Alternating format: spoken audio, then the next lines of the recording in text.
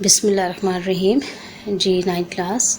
السلام علیکم. کیسی ہیں آپ بیٹا؟ اللہ تعالیٰ سے امید ہے خیریت سے ہوں گی. آج ہم پڑھیں گے الجزء الثالث موضوعاتی مطالعہ. پیج نمبر 6 پہ ہے. اس کے اپنے 4 ٹاپک جو ہیں وہ 9th کلاس میں پڑھنے ہیں، اور اس میں سے ہم لوگ پہلا جو ٹاپک ہے قرآن مجید تعارف حفاظت قرآن ہے. نمبر 2 ہے اللہ تعالیٰ اور اس کے رسول صلی اللہ علیہ وآلہ وسلم کی محبت و اطاعت. نمبر 3 ہے علم کی فرضیت و فضیلت، اور نمبر 4 ہے زکوٰۃ، اس کی فرضیت، اہمیت اور مصارف. آج ہم اس کا پہلا ٹاپک جو ہے قرآن مجید تعارف حفاظت اور فضائل پڑھیں گے. آپ لوگ کھولیں گے پیج نمبر 56، اور یہ جو موضوعاتی مطالعہ جو ٹاپکس ہیں ہمارے، اس میں سے ہم کوسچن وائز کریں گے. تو اس کا آج ہم سب سے پہلا جو سوال ہے وہ آپ دیکھ لیں. پہلا سوال ہے قرآن مجید کا مختصر تعارف بیان کریں. ٹھیک ہے، تو اس کو ہم اس لیکچر میں انشاءاللہ میں آپ کو اس کا تعارف سوال نمبر 1 اور 2 حفاظت جو ہے وہ کرواؤں گی. تو ابھی ہم پڑھیں گے پہلا جو اس کا ہیڈنگ ہے قرآن مجید اور اس کا تعارف. میں ریڈنگ کروں گی اور ساتھ ساتھ جو ہے وہ آپ لوگوں کو بتا بھی دوں گی انشاءاللہ. پھر اس کے بعد ہم کو اس کو کوسچن کو جو ہے وہ میں ڈکٹیٹ کرواؤں گی آپ کو. تو ہم ریڈنگ سٹارٹ کرتے ہیں. اللہ تعالیٰ نے انسان کو پیدا کیا، اس کی جسمانی اور فطری ضروریات پوری کرنے کے لیے مادی وسائل پیدا کیے، اور اس کے ذہن روح کی رہنمائی کے لیے بے اہتمام فرمایا. خود انسان کو خیر اور شر میں فرق کرنے کی صلاحیت اور ضمیر کی آواز عطا فرمائی. خیر اور شر کیا ہے؟ خیر کا مطلب ہے بھلائی، اور شر کا مطلب ہے برائی. یعنی ہر بھلائی اور برائی کا انسان کو فطری طور پر پتہ ہوتا ہے کہ یہ صحیح ہے یا غلط ہے. اس کے علاوہ اللہ تعالیٰ نے انسان کی کامل رہنمائی کے لیے انبیاء کرام مبعوث فرمائے. ٹھیک ہے، آپ کو پتہ ہے نا اللہ تعالیٰ نے 1,24,000 انبیاء کرام بھیجے ہیں دنیا میں لوگوں کی رہنمائی کے لیے، اور ان پر کتابیں نازل فرمائی. اور کتنی کتابیں ہیں الہامی؟ 4 کتابیں ہیں. کون کون سی ہیں جی؟ زبور ہے جو حضرت داؤد علیہ السلام پر نازل ہوئی، انجیل حضرت عیسیٰ علیہ السلام پر، تورات حضرت موسیٰ علیہ السلام پر، اور ہمارے پیارے نبی صلی اللہ علیہ وآلہ وسلم پر قرآن مجید نازل ہوا، جس کے بارے میں ہم پڑھ رہے ہیں. ہمارے نبی حضرت محمد مصطفیٰ صلی اللہ علیہ وآلہ وسلم اللہ تعالیٰ کے آخری نبی ہیں. اللہ تعالیٰ نے آپ صلی اللہ علیہ وآلہ وسلم پر قرآن مجید نازل فرمایا. یہ اللہ تعالیٰ کی آخری کتاب ہے، تمام بنی نوع انسان کے لیے ہدایت کا دائمی ذریعہ ہے. یعنی اس کے علاوہ کوئی اور کتاب جو ہے وہ ہمارے لیے ہدایت کا ذریعہ نہیں ہے، اور تمام سابقہ آسمانی کتابوں کی تصدیق کرتا ہے. کیسے؟ یہ بھی میں اگلے پیراگراف میں پڑھیں گے کہ اللہ سبحانہ و تعالیٰ نے پچھلی امتوں کے لیے بھی انبیاء مبعوث فرمائے تھے، اور ان میں سے بعض پر اپنی کتابیں بھی نازل فرمائی تھی، جیسے میں نے ابھی آپ کو بتایا ہے. لیکن ان انبیاء کی تعلیمات اور ان پر نازل شدہ کتابیں اپنی اصلی حالت میں محفوظ نہیں رہیں. کیوں نہیں رہیں؟ کیونکہ لوگوں نے اپنی مرضی سے، اپنی جو ہے خواہشات کے مطابق جو وہ کرنا چاہتے تھے، حرام کو اگر اس میں حرام لکھا ہوا ہے کہ یہ کام نہیں کرنا، وہ اپنے لیے جائز کر لیا اور اس میں تبدیلیاں کر لیں. تو اللہ تعالیٰ کا کیا ارشاد ہے قرآن میں؟ وَأَنزَلْنَا إِلَيْكَ الْكِتَابَ بِالْحَقِّ مُصَدِّقًا لِمَا بَيْنَ يَدَيْهِ مِنَ الْكِتَابِ وَمُهَيْمِنًا عَلَيْهِ. اس کا ترجمہ کیا ہے؟ سورۃ المائدہ کی آیت ہے، آیت نمبر 48. اور تمہاری طرف ہم نے یہ کتاب نازل کی ہے. اس سے مراد ہے، تمہاری طرف سے مراد الیکا لکھا ہوا ہے نا، پیارے نبی صلی اللہ علیہ وآلہ وسلم کی طرف، اور کتاب سے مراد ہے قرآن مجید. یہ حق لے کر آئی ہے. اس سے پہلے جو آسمانی کتابیں آئیں ان کی تصدیق کرنے والی ہے اور ان کی محافظ و نگہبان ہے. اب مہیمن کا لفظ آ رہا ہے، وہ کیا ہے؟ قرآن مجید کو پچھلی کتابوں کے لیے مہیمن کہنے کا مطلب یہ ہے کہ ان کتابوں میں جو تعلیمات اور عقائد اپنی اصلی حالت میں محفوظ نہ رہ سکے، انہیں قرآن مجید نے اپنے اندر اثر نو کا مطلب کیا ہوتا ہے؟ نئے سرے سے بیان کر کے محفوظ کر دیا ہے. یہی وجہ ہے کہ قرآن پاک کی تعلیمات پر پورے اطمینان سے ہر زمانے میں عمل کیا جا سکتا ہے. یعنی یہ وہ کتاب ہے قرآن مجید، قیامت تک کے لیے ہمارے لیے ہدایت اور رہنمائی ہے. قرآن کریم انسانی زندگی کے تمام پہلوؤں کے متعلق رہنمائی کرتا ہے. اس میں انسانی زندگی کی حقیقت، خیر، شر، حلال، حرام، اخلاقی تعلیمات، غرض زندگی کے ہر پہلو کے متعلق رہنمائی موجود ہے. اس میں انسان کی آخرت کی رہنمائی کے زندگی کے متعلق بھی تفصیلی معلومات ہیں، اور اس زندگی کی اہمیت کو نہایت پرتاثیر انداز میں بیان کیا گیا ہے. قرآن پاک انسان کی انفرادی زندگی، اس کے اجتماعی معاشرتی حقوق و فرائض، اس کے معاشی اقتصادی امور کے متعلق بنیادی ہدایات، سیاسی اور بین الاقوامی معاملات اور اخلاقی رویوں کے متعلق جامع تعلیمات پیش کرتا ہے۔ غور قرآن کریم انسانی زندگی کے تمام پہلوؤں کے بارے میں ضروری معلومات اور رہنمائی کا خزینہ ہے، اور اس میں وہ تمام باتیں وضاحت سے بتا دی گئی ہیں جن کا جاننا انسان کے لیے ضروری ہے اور جن کے جاننے کا انسان کے پاس کوئی دوسرا ذریعہ نہیں ہے۔ اب ہم پڑھ رہے ہیں جی قرآن۔ پہلے تو پتہ چلے کہ قرآن مجید جو ہے وہ کیا ہے۔ قرآن مجید اس کا رائٹر کون ہے؟ اللہ تعالیٰ ہے۔ اللہ تعالیٰ نے جو ہے وہ یہ کتاب نازل کی ہے، کوئی عام انسان نے جو ہے وہ لکھی نہیں ہوئی۔ اور سب سے پہلے اگر آپ قرآن پاک کھولتے ہیں تو اس میں لکھا ہوا الف لام میم ذالک الکتاب لا ریب فیہ، لا ریب فیہ کا مطلب اس میں کوئی شک نہیں ہے۔ ہم بہت سی کتابیں خریدتے ہیں بازار جا کے، اس میں شروع میں لکھا ہوتا ہے کہ اس میں کوئی غلطی ہوگی تو ہمیں بتا دیجیے گا، ہم اس غلطی کو جو ہے وہ ختم کر دیں گے جو بھی ہے تو بعد میں۔ لیکن اس کتاب میں سب سے پہلی آیت جو ہے وہ اللہ تعالیٰ نے، ویسے تو سورہ الگ کی آیات نازل ہوئی ہیں، لیکن پیارے نبی صلی اللہ علیہ وآلہ وسلم نے جو اس کو ترتیب دیا اس کو کہتے ہیں ترتیب توقیفی، یعنی کہ حضرت جبرائیل امین پیارے نبی صلی اللہ علیہ وسلم کو بتا دیتے تھے، اس کے مطابق وہ جو ہے وہ آیات کو، صورتوں کو کہاں کہاں لکھنا ہے وہ رکھ لیا کرتے تھے۔ تو پہلی اگر ہم آیت دیکھتے ہیں سورۃ البقرہ کی تو وہ یہی ہے الف لام میم ذالک الکتاب لا ریب فیہ، اس میں کوئی شک نہیں ہے۔ پھر قرآن کا مطلب کیا ہے کہ سب سے زیادہ پڑھی جانے والی کتاب، اور آپ کو پتہ ہے کہ 1400 سال گزرنے کے بعد بھی دنیا میں سب سے زیادہ جو کتاب پڑھی جاتی ہے وہ قرآن مجید ہے۔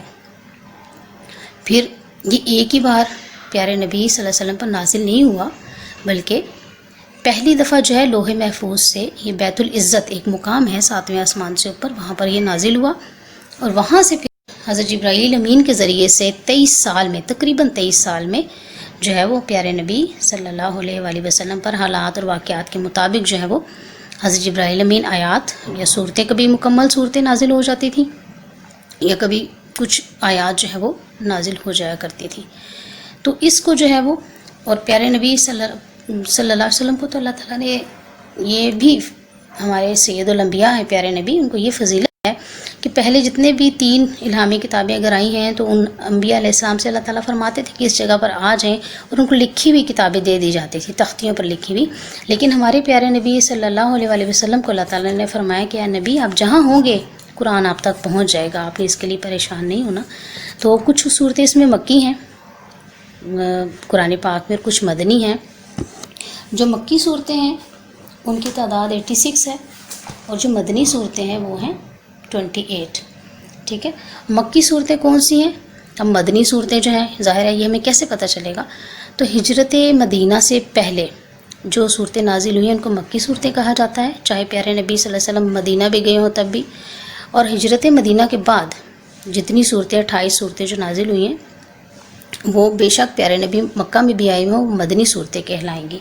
ٹھیک ہے، تو اس کے حوالے سے کہ اللہ تعالیٰ نے جو ہے وہ اس کو، اور پھر آپ کو میں جو ابھی آپ نے پڑھا ہے کہ پہلی جو کتابیں تھیں اس میں تبدیلیاں کر دی گئیں، اور اب جو ہے پیارے جو ہماری کتاب ہے قرآن مجید، یہ بالکل پہلے جو کتابوں میں درج تھا تو اس میں بھی اللہ تعالیٰ نے آیات نازل کر دی تاکہ محفوظ ہو سکیں، کیونکہ اس کی حفاظت کا ذمہ جو ہے وہ اللہ تعالیٰ نے خود لیا ہے۔ ٹھیک ہے، تو یہ تمام چیزیں جو ہیں، اور اس میں کوئی بھی زندگی کا شعبہ، آپ نے بھی یہ آخری پیراگراف میں پڑھا ہے، چاہے کوئی انفرادی طور پر ہے، چاہے اجتماعی ہے، کسی بھی حوالے سے کوئی بھی مطلب ایسا شعبہ نہیں ہے جس کے حوالے سے اس میں رہنمائی موجود نہ ہو۔ یہ سمجھ لیں کہ ہمارے لیے ایک مکمل اللہ تعالیٰ نے ضابطہ حیات، یعنی زندگی گزارنے کا جو طریقہ ہوتا ہے نا، جس طرح سے ہم گزار رہے ہیں، تو یہ بتا دیا ہے کہ دنیا میں ایسے زندگی گزارو گے تو تم کامیاب ہو جاؤ گے۔ جیسے آپ جنرل سی بات ہے، آپ کو سلیبس بتا دیا جاتا ہے کہ آپ لوگ جو ہیں وہ یہ والا سلیبس یہ پڑھیں گے، پیپر دیں گے تو آپ کامیاب ہو جائیں گے۔ ٹھیک ہے، اور بے شک آپ اس کو یاد کرتے رہیں، یہ یاد رکھیں جب تک آپ اس کو عملی طور پر، یعنی پیپر جو ہے وہ آپ کا عملی طور پر ہوتا ہے، پریکٹیکل ہے آپ کا، آپ لکھیں گے تب آپ کو مارکس ملتے ہیں. آپ یاد کرتے رہیں، جب تک آپ لکھتے نہیں ہیں یا اچھا نہیں لکھتے تو آپ کو مارکس نہیں ملتے. بالکل یہی چیز ہے اسلام میں.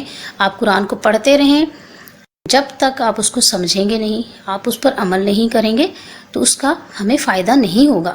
اسلام، میں نے آپ کو پہلے بھی بتایا تھا، اسلام جو ہے وہ عمل کا دین ہے. قرآن میں تو خود اللہ تعالیٰ فرماتا ہے کہ اس قرآن کو پڑھو اور اس پر غور کرو. اور ہمیں تو اللہ کا شکر ادا کرنا چاہیے کہ ہمارے پاس یہ کتاب موجود ہے. کوئی بھی مسئلہ ہو، کوئی بھی چیز ہے، ہم اس کو کھولیں گے اور اس کی سب سے بڑی بات، اس کا ایک حرف پڑھنے سے جو ہے وہ آپ کو 10 نیکیاں ملتی ہیں. خود سوچیں، ایک حرف پڑھنے سے، لفظ نہیں. تو ہم لوگ جو ہے، پھر اللہ تعالیٰ نے قرآن پاک میں یہ بھی فرمایا ہے سورہ مزمل پڑھیں کہ جتنا آسانی سے پڑھ سکو آپ ضرور اس کو پڑھیں. روز پڑھیں. بے شک 2 آیات کم از کم آپ پڑھ لیں، لیکن اس کو چھوڑیں نہیں. کیونکہ آخری جو حجت الوداع پہ ہمارے پیارے نبی صلی اللہ علیہ وآلہ وسلم نے کیا فرمایا تھا کہ 2 چیزیں نہ چھوڑنا، ایک قرآن اور دوسرا مطلب کہ میری جو ہے وہ سنت کو. اگر 2 چیزیں ہم چھوڑ دیں گے، قرآن کو اگر ہم نے چھوڑ دیا تو پھر کیا ہوگا؟ نقصان ہو جائے گا.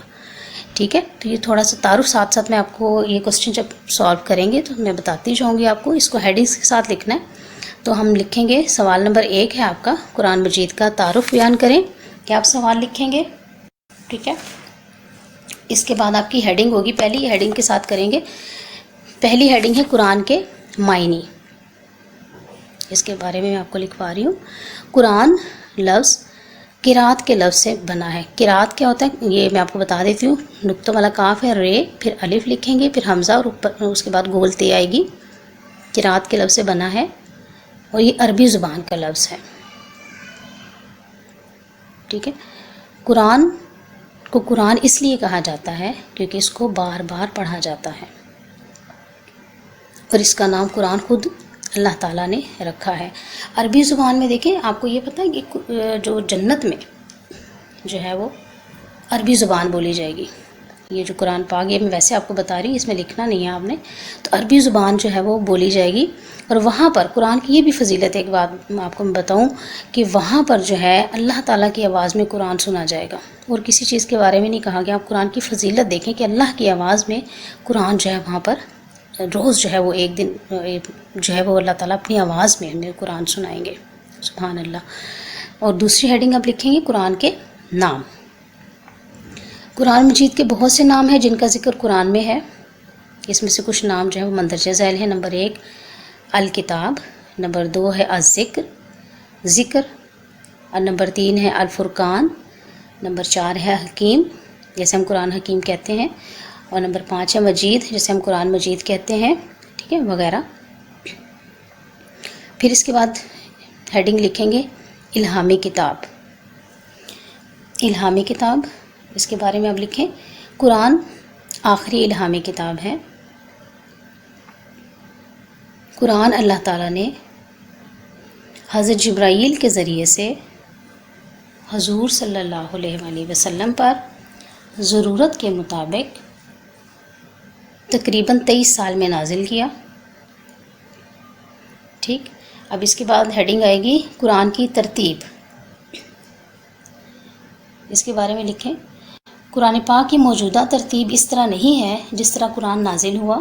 یہ ترتیب رسول اکرم صلی اللہ علیہ وآلہ وسلم کی قائم کردہ ہے. آپ صلی اللہ علیہ وآلہ وسلم کی قائم کردہ ترتیب کوما لگائیں گے ترتیب توقیفی کہلاتی ہے. ٹھیک ہے، ترتیب نزولی نہیں ہے یہ ہے ترتیب توقیفی. یعنی کہ جیسے جیسے توقیف کا مطلب ہے آگاہ کرنا نا. جیسے حضرت جبرائیل امین پیارے نبی صلی اللہ علیہ وسلم کو آگاہ کرتے تھے کہ کون سی آیت کس کے بعد رکھنی ہے، کون سی صورت کس کے بعد رکھنی ہے، تو اسی طرح سے پیارے نبی صلی اللہ علیہ وسلم جو ہے اس کو لکھ لیتے تھے. پھر اگلی ہیڈنگ ہے رہنمائی اور کامیابی کا ذریعہ. حضرت محمد صلی اللہ علیہ وآلہ وسلم اللہ تعالیٰ کے آخری نبی ہیں. آپ صلی اللہ علیہ وآلہ وسلم کے بعد کوئی نبی نہیں آئے گا. اسی طرح قرآن اللہ تعالیٰ کی آخری کتاب ہے. اسی لیے قرآن جو ہے تمام انسانوں کے لیے رہنمائی اور کامیابی کا ذریعہ ہے. ٹھیک ہے. اگلی ہیڈنگ ہے جو ابھی آپ نے آیت بھی پڑھی، مہیمن کہنے کا مطلب. یہ ہیڈنگ ہے ہماری مہیمن کہنے کا مطلب. مہیمن کے معنی ہے محافظ یا نگہبان. ٹھیک ہے. اور قرآن کو مہیمن کہنے کا مطلب یہ ہے کہ ان کتابوں میں جو تعلیمات اور عقائد اپنی اصلی حالت میں محفوظ نہ رہ سکے انہیں قرآن مجید نے اپنے اندر از نو بیان کر کے محفوظ کر دیا ہے. ٹھیک ہے. پھر اس کے بعد آپ آیت کا ترجمہ لکھ لیں گے. اور تمہاری طرف ہم نے یہ کتاب نازل کی ہے، یہ حق لے کر اس سے پہلے آسمانی کتاب تصدیق کرنے والی ہے اور ان کی محافظ و نگہبان. ٹھیک ہے. اگلی ہیڈنگ لکھیں گے قرآن پر عمل.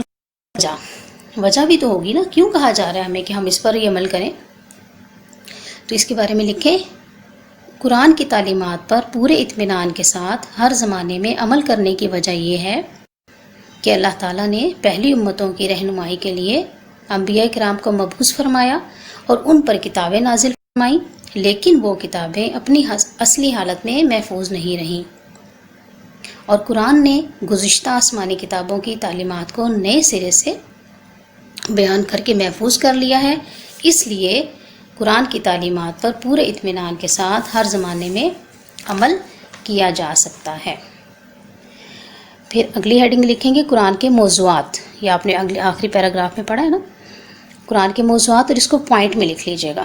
نمبر 1 عقیدہ توحید، نمبر 2 ہے عقیدہ رسالت، نمبر 3 ہے عقیدہ آخرت، نمبر 4 ہے انسانی زندگی کی حقیقت، نمبر 5 ہے انسانی حقوق و فرائض، نمبر 6 ہے خیر و شر اور حلال و حرام کی تعلیمات، نمبر 7 ہے اخلاقی تعلیمات، نمبر 8 ہے سیاسی امور کی تعلیمات، نمبر 9 ہے معاشی اور معاشرتی تعلیمات. ٹھیک ہے. اور نمبر 10 اس میں وہ تمام باتیں وضاحت سے بتا دی گئی ہیں جن کا جاننا انسان کے لیے ضروری ہے اور جن کے جاننے کا انسان کے پاس کوئی دوسرا ذریعہ نہیں ہے. ٹھیک ہو گیا. اب آخری میں لکھیں گے قرآن کا مختصر خاکہ. پیٹرن قرآن کا مختصر خاکہ، یہ آپ لکھیں گے. یہ بھی پوائنٹس میں لکھیے گا. ایک طرف آپ لکھ لیں گے قرآن کے پارے اور ایکول کا نشان لگا لیجئے گا. اس کے بعد لکھیں گے 30. کتنے ہیں قرآن میں پارے؟ 30 ہیں، تاکہ یہ بھی آپ کو پتہ ہو. ایک سائڈ نمبر 1 ہے قرآن کے پارے، برابر کا نشان لگائیں گے. اس کے بعد لکھیں گے 30. نمبر 2 ہے قرآن کی سورتیں، وہ کتنی ہیں؟ 114. نمبر 3 ہے کل رکوع 540 ہیں. نمبر 4 کل سجدے 14 ہیں. نمبر 5 ہے کل منزلیں 7 ہیں. نمبر 6 ہے مکی صورتیں 86 ہیں اور مدنی صورتیں 28 ہیں. ٹھیک ہے. تو یہ اس کا مختصر خاکہ بھی آ گیا. یہ ہمارا کوسچن جو ہے یہاں پر کمپلیٹ ہو گیا ہے. ٹھیک ہے. یہاں تک آپ لوگ اس کو لکھ لیں گے، نیٹ سا لکھیے گا. اپنے پاس جو بات نہ سمجھ آئے وہ اس کو ریڈنگ دوبارہ سے کر لیجئے گا. ٹھیک. سوال نمبر 2 ہے آپ کا کہ قرآن حکیم کی حفاظت کے بارے میں آپ کیا جانتے ہیں. تو یہ آ جائیں گے پیج نمبر 56 پر. میں اس کی ریڈنگ کروں گی اور ساتھ ساتھ بتاتی ہوں آپ کو. ہیڈنگ ہے ہماری حفاظت. قرآن مجید اللہ تعالیٰ کی طرف سے نازل شدہ کتاب ہے اور اس کی حفاظت کا ذمہ بھی اللہ تعالیٰ نے خود لیا ہے. اللہ تعالیٰ کا ارشاد ہے، ارشاد باری تعالیٰ ہے. 57 پیج پر آئیں. اِنَّا نَحْنُ نَزَّلْنَا الذِّكْرَ وَإِنَّا لَهُ لَحَافِظُونَ. سورہ ہجر کی آیت ہے. یہ ترجمہ ہے، بلا شبہ یہ ذکر ہم نے نازل کیا ہے اور ہم خود اس کے محافظ ہیں. سب سے بڑی بات ہم یہ دیکھتے ہیں کہ حق سبحانہ و تعالیٰ کا قرآن کریم کی حفاظت کا یہ وعدہ اس طرح پورا ہوا کہ پوری دنیا میں موجود قرآن مجید کے نسخوں میں ایک لفظ یا زبر زیر کا بھی فرق نہیں ہے. یہ دیکھیں، جو اس وقت قرآن پاک نازل ہوا تھا ویسے ہی ہمارے پاس محفوظ ہے. جیسے ابھی آپ نے پڑھا تعارف میں کہ بہت سے پہلے جو الہامی کتابیں تھیں ان میں تبدیلیاں کر دی گئیں، لیکن اس کا ذمہ اللہ تعالیٰ نے خود لیا ہے. پھر آگے پڑھتے ہیں. قرآن مجید رسول اکرم صلی اللہ علیہ وآلہ وسلم پر ایک ہی وقت میں نازل نہیں ہوا، بلکہ تقریباً 23 سال میں تھوڑا تھوڑا نازل ہوا. جو ہی کچھ آیات نازل ہوتی آپ صلی اللہ علیہ وآلہ وسلم کاتب وحی کو، کاتب کہتے ہیں لکھنے والے کو، وہی لکھنے والے کو بلوا کر لکھوا دیتے اور یہ رہنمائی بھی فرماتے کہ کون سی صورت میں کن آیات کے ساتھ رکھا جائے. یہ میں نے آپ کو جیسے بتایا تھا بے ترتیب توقیفی ہوتی ہے، نزولی نہیں ہے، کیونکہ نزولی میں سورہ الگ کی آیات نازل ہوئی ہے نا. اور لیکن ہم قرآن کھولتے تو کون سی صورت ہوتی ہے سامنے؟ سورۃ الفاتحہ ہوتی ہے، اور اس کے بعد جو سورت آتی ہے نا۔ مسجد نبی میں ایک مقام متعین تھا، یعنی مقرر تھا، جہاں وہ عبارت رکھ دی جاتی تھی۔ صحابہ کرام اس میں نقل کر کے لے جاتے اور یاد کر لیتے۔ مختلف اوقات خصوصاً 5 نمازوں میں اس کی تلاوت کرتے اور اس کو سمجھنے اور اس پر عمل پیرا ہونے کی کوشش کرتے۔ اس طرح جوں جوں قرآن مجید نازل ہوتا گیا، لکھا بھی جاتا رہا اور حفظ بھی ہوتا رہا۔ اس میں صرف مرد ہی نہیں بلکہ خواتین بھی شامل رہیں، حتیٰ کہ نبی اکرم صلی اللہ علیہ وآلہ وسلم کی حیات طیبہ، یعنی ان کی زندگی میں ہی مکمل قرآن کریم اکثر امہات المومنین کا آپ کو پتہ ہے پیارے نبی صلی اللہ علیہ وسلم کی ازواج تھیں، اہل بیت، صحابہ کرام اور صحابیات کو حفظ ہو چکا تھا، اور متعدد صحابہ کرام نے اس کے مکمل نقول بھی تیار کر لی تھی، یعنی اپنے پاس بھی وہ لکھ کے رکھتے تھے کہ ظاہر ہے پہلے کاغذ تو ہوتا نہیں تھا، تو وہ ڈیفرنٹ کبھی کھجور کی جو چھال ہے پر، لکڑی پر، پتھروں پر، اس طرح سے لکھ کے اپنے پاس رکھ لیتے تھے۔ پھر اس کے بعد کیا ہوا؟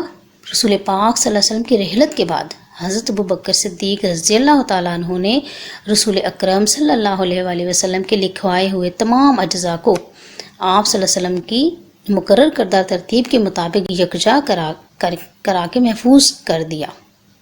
آیات کی ترتیب اور صورتوں کے نام وہی تھے جو رسول اکرم صلی اللہ علیہ وسلم نے اللہ کے حکم سے مقرر فرمائے تھے۔ ہوا کیا تھا؟ جیسے ہی پیارے نبی صلی اللہ علیہ وسلم کی نے پردہ فرمایا نا دنیا سے، بہت سے فتنے وجود میں آ گئے۔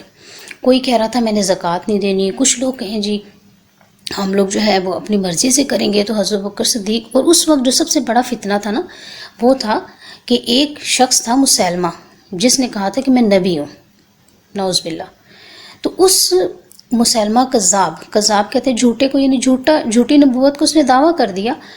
وہ جنگ جو ہے وہ کرنی بہت ضروری تھی، اس کو اس فتنے کو ختم کرنا بہت ضروری تھا۔ تو حضرت ابوبکر صدیق نے حضرت خالد بن ولید کی قیادت میں ایک لشکر بھیجا تھا، اور وہاں پر، اور یہ جنگ ہوئی تھی یمامہ کے میدان میں۔ اور اس میں کیا ہوا تھا کہ ظاہر ہے خون ریز جنگ کہتے ہیں روایات میں کہ بہت خون ریز جنگ تھی، کیونکہ وہاں پر اس کے جو فوجی تھے بہت زیادہ تھے تعداد میں، تھے مسلمان اتنی تعداد میں نہیں تھے، اور اس میں کیا ہوا کہ مسلمانوں کا جانی نقصان، فتح تو مسلمانوں کو ہو گئی کہ مسلمہ کذاب جو ہے وہ قتل ہو گیا، اور اس کو قتل کس نے کیا تھا؟ وحشی بن حرب نے۔ آپ کو پتہ ہے وحشی یہ وہی ہے جس نے غزوہ احد میں پیارے نبی صلی اللہ علیہ وسلم کے چچا حضرت امیر حمزہ کو شہید کیا تھا، اور اس کے بعد یہ بڑا پریشان رہتا تھا، یہ جس جگہ بھی جاتا تھا اس کو چین نہیں ملتا تھا۔ پھر ایک بار یہ واپس آیا مدینہ میں، حضرت ابوبکر صدیق کے پاس گیا، اس نے کہا کہ مجھے جو ہے پیارے نبی صلی اللہ علیہ وسلم کے پاس لے چلے، میں نے اسلام قبول کرنا ہے۔ تو یہ جب آیا تو پیارے نبی صلی اللہ علیہ وسلم جو ہے بڑے پریشان ہو گئے تھے، ظاہر ہے حضرت امیر حمزہ ان کو بہت پیارے تھے۔ پھر اس نے اسلام قبول کیا، اور جب اس نے مسیلمہ کذاب کو قتل کیا نا، تو اس نے یہ کہا، اس نے کہا جب میں زمانہ جاہلیت میں تھا، یعنی کفر پر تھا، تو میں نے اسلام کے سب سے اچھے بندے کو جو ہے وہ شہید کیا تھا، اور جب میں اسلام قبول کر چکا ہوں تو میں نے سب سے برے شخص کو جو ہے وہ قتل کیا ہے۔ تو اس کو جو ہے وہ وحشی بن حرب نے جو ہے وہ قتل کیا۔ لیکن اس جنگ میں مسلمانوں کا نقصان یہ ہو گیا کہ اس میں بہت سے حافظ قرآن اور جو قاری تھے پڑھنے والے 700 کے قریب جو ہے وہ شہید ہو گئے۔ اب ظاہر ہے قرآن جو ہے وہ اس طرح سے لکھا ہوا تو نہیں تھا، ہڈیوں پر یا لکڑیوں پر یا پتھروں پر لکھا ہوا تھا، کھجور کی چھال پر، پتوں پر لکھا ہوا تھا۔ تو حضرت عمر رضی اللہ تعالیٰ عنہ نے حضرت ابوبکر صدیق کو مشورہ دیا کہ اگر یہ ایسے ہی جنگیں ہوں گی اور اس میں اگر ایسے ہی حافظ قرآن شہید ہوتے رہے تو اسلام کا جو ہے وہ یہ قرآن کا بہت سا حصہ جو ہے وہ ضائع ہو جائے گا۔ تو اس کا جو ہے وہ ہم ایسے کرتے ہیں، مشورہ ہے آپ کو کہ تمام اجزاء کو آپ صلی اللہ علیہ وسلم کی مقرر کردہ ترتیب کے مطابق یکجا کر کے ایک جگہ محفوظ کر دیا جائے۔ پھر حضرت ابوبکر صدیق رضی اللہ تعالیٰ عنہ نے حضرت زید بن ثابت کی یہ ڈیوٹی لگائی، اور انہوں نے وہ کاتب وحی میں سے ہیں، اور ان کے ساتھ بہت سے اور بھی صحابہ کرام نے ان کی مدد کی، اور پھر جو ہے یہ کتابی صورت میں قرآن پاک جو ہے وہ لکھا گیا الحمدللہ۔ اور یہ نسخہ جو تھا پھر حضرت عمر رضی اللہ تعالیٰ عنہ کو ان کے بعد حضرت ابوبکر صدیق کے بعد دور آیا اور حضرت عمر کے پاس رہا، اور پھر ان کی شہادت کے بعد جو ہے ان کی بیٹی بی بی حفصہ کے پاس رہا۔ اور آپ کو پھر آگے ہم پڑھتے ہیں کہ حضرت عثمان رضی اللہ تعالیٰ عنہ نے اپنے عہد خلافت میں اس کی متعدد یعنی بہت سی نقول کہ تمام صوبہ حکومتوں میں ایک ایک نسخے کے طور پر بھجوا دی۔ اب اس میں کیا ہوا، حضرت عمر کے دور میں آپ کو پتہ ہے امیر المومنین تھے اور ان کے دور حکومت میں بہت فتوحات ہوئیں، وہ 22 لاکھ مربع میل پر ان کی حکومت تھی، اور اس میں آپ کو پتہ ہے کہ بہت سی لہجوں میں قرات میں فرق آ رہا تھا، کہ آپ اپنے ملک میں بھی دیکھ لیں، یہاں سے نکلتے ہیں اسلام آباد سے اگلے علاقوں میں جاتے ہیں، بے شک زبان ایک ہی ہو، پنجابی ہو، اس میں لہجوں میں فرق ہوتا ہے، تو وہاں پر قرات میں فرق آ رہا تھا۔ بہت سے لوگوں نے جو اپنی اپنی مرضی سے کرنے شروع کر دیے، تو حذیفہ بن یمان جو ہیں انہوں نے حضرت عثمان غنی کو بتایا کہ یہ تو بڑی یہاں پر فتنہ شروع ہو جائے گا، ہر ایک کہے گا کہ میرا لہجہ جو ہے وہ ٹھیک ہے۔ پھر انہوں نے حضرت عثمان غنی رضی اللہ عنہ نے پھر دوبارہ سے ایک کمیٹی بنائی، اور انہوں نے پھر قرآن کی نقول تیار کی۔ نقل کا مطلب اب اسٹیٹ نہیں، ابھی ہم کر لیتے ہیں آرام سے۔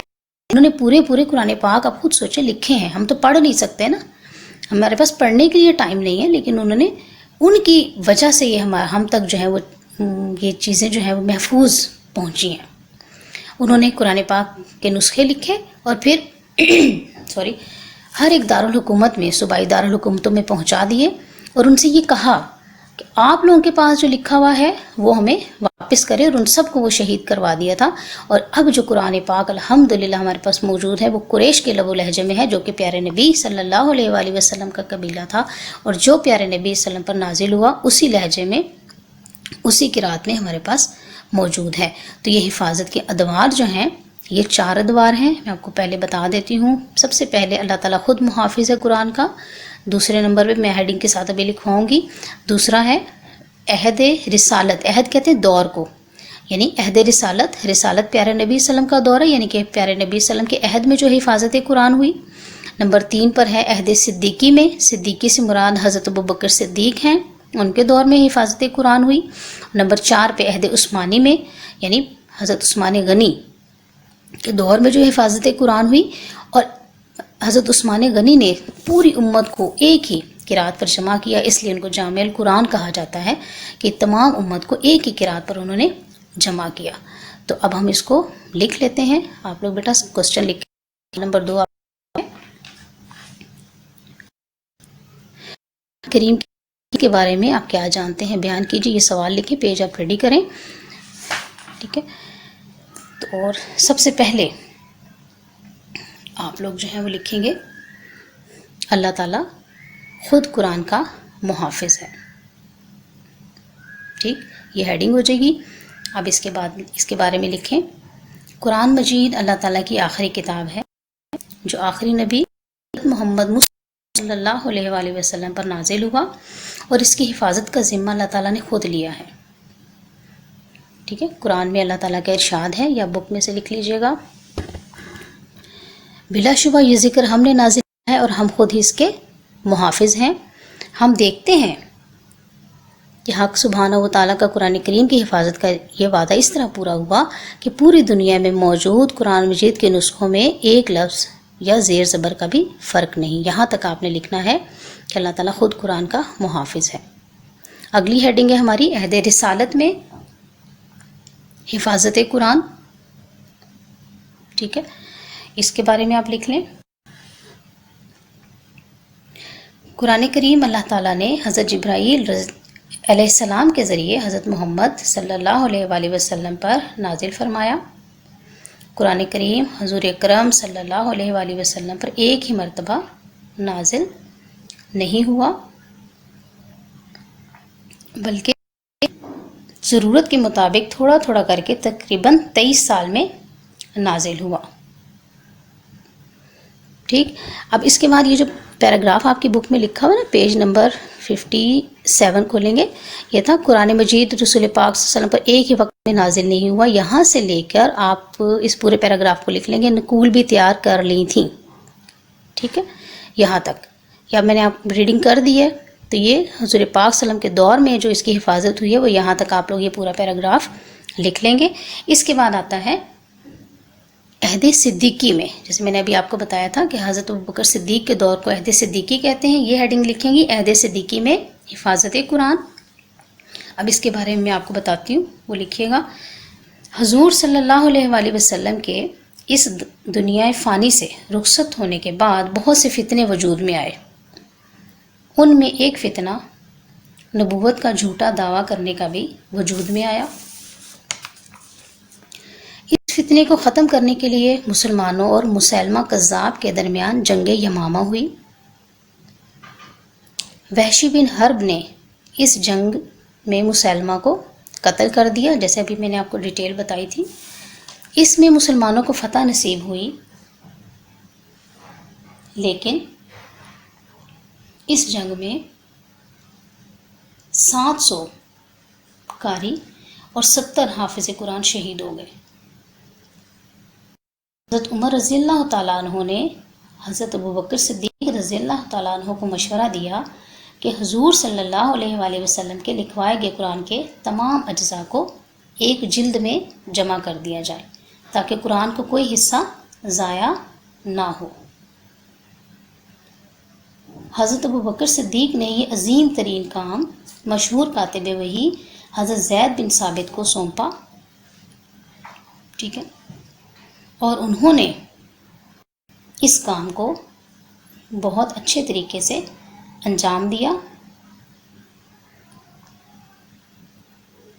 حضرت ابوبکر صدیق رضی اللہ عنہ کی وفات قرآن کا یہ نسخہ حضرت عمر رضی اللہ تعالیٰ عنہ کے پاس رہا.